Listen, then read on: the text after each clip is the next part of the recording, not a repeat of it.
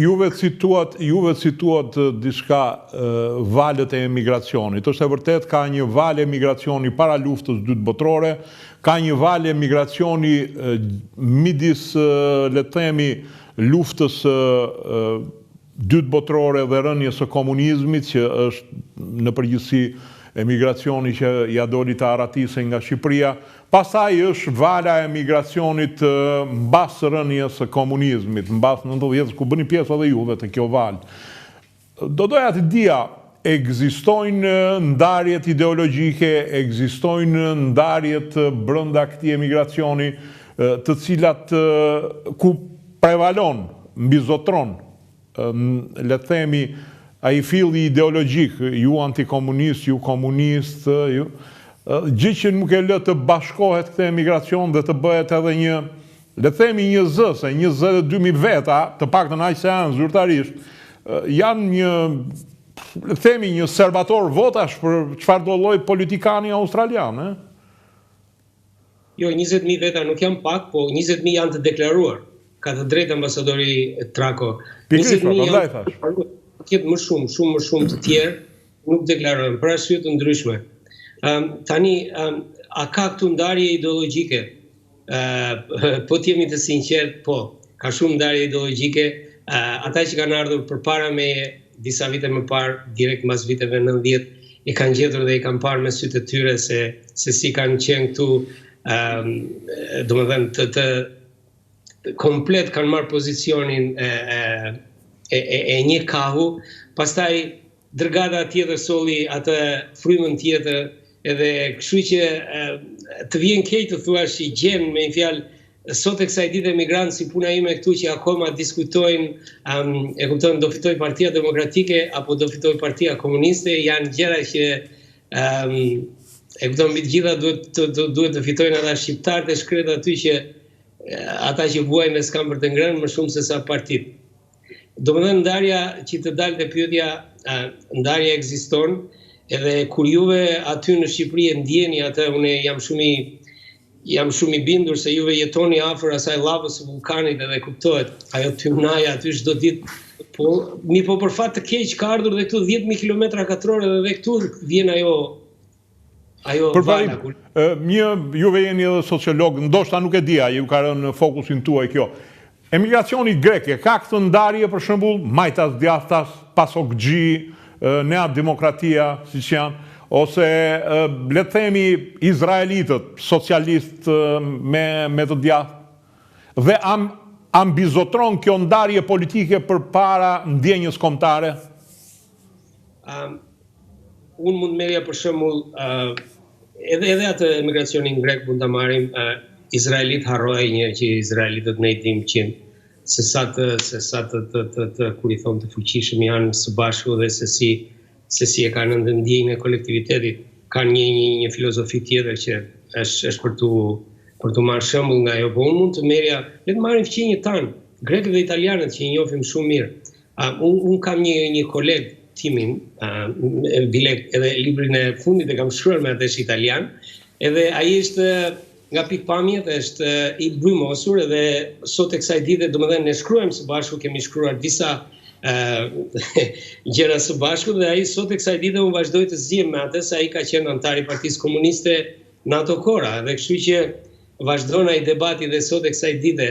Mirë po kur vjen puna tek disa tema të rëndësishme, si ato që preket juve, si puna e grekët për shembull e lënë me njanë atë, nuk ka më në Greqi pasok, më duket mua, apo e kupton, ata kalojnë direkt në atë ndjenjën e nacionalizmit e vend të parën, kuptohet atje ka probleme të tjera, xhanëm, se edhe ngatërrohet me problemin e fesë dhe merr nuanca të tjera i muhabet, po edhe në Itali ka ndarje shumë të thella, jam i bindur se ju dhe keni qenë në Itali.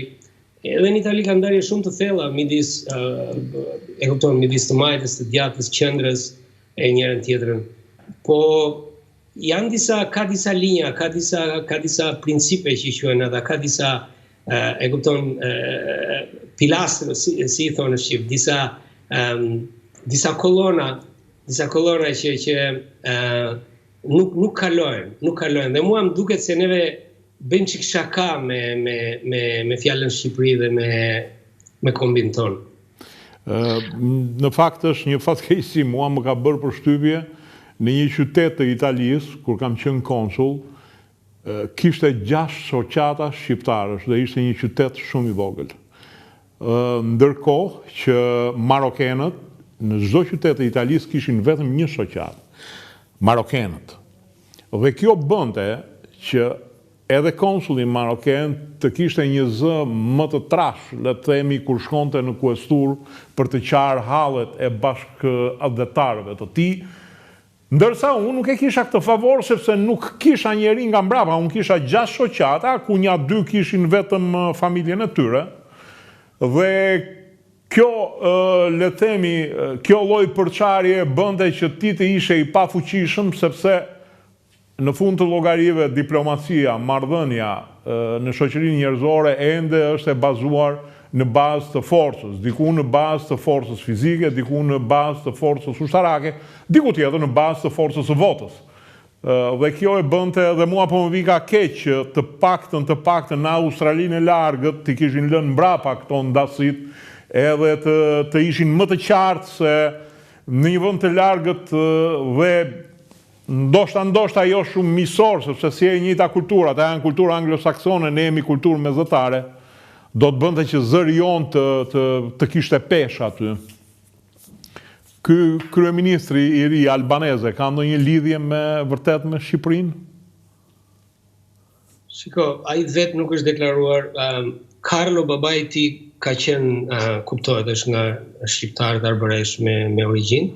Ka jetuar këtu në Itali në ato kohra, nuk ishte linja e avionit, kështu që ju merrte njerëzve muaj të tërë të udhëtonin në anije. Aty e ka njohur maman e këtij që është tani kryeministri i Australisë, Anthonyt. Edhe kështu që është martuar me ato, pastaj është ndarë me ato. Këtu e ka lënë, domethënë, këtu djalin dhe është kthyer në Itali. Edhe disa herë, 2-3 herë i është bërë një pyetje indirekte atij kryeministrit. Bile në një konferencë që ka qenë këtu për tregtin, unë kam qenë edhe pjesëmarrës bile, që një nga gazetarët u mundua pak ta gacmonte. Mirë po, ai nuk është deklaruar kur që është shqiptar, edhe për faktin se nuk ka qenë relatat mira me Tjatin, edhe në momentet e fundit, domethënë kur ky ka dashur ta takonte, është kthyer në Itali, i ati ka refuzuar ose ka qenë pak i ashpër me të, kështu që nuk e di se sa respekt ka nga ajo anë me një fjalë, se si e konsideron, si e percepton edhe e të qenë. Por ne kuptohet, ne kemi pasur shumë dëshirë, mezi prisnim në momentin që u zgjodh, më fal, kryeministri, që të dëgjonin një deklaratë, unë jam shqiptar dhe do bëj. Kryeministri ndoshta i 5 apo i 6, se si i binte dritan, se filluam t'i numëronim ende nga Ballkani, dhe kështu që mirë po ja që nuk ndodhi ajo, dhe kupton, ai ka duket ka pasur eksperiencë traumatike me baban dhe i ka mbetur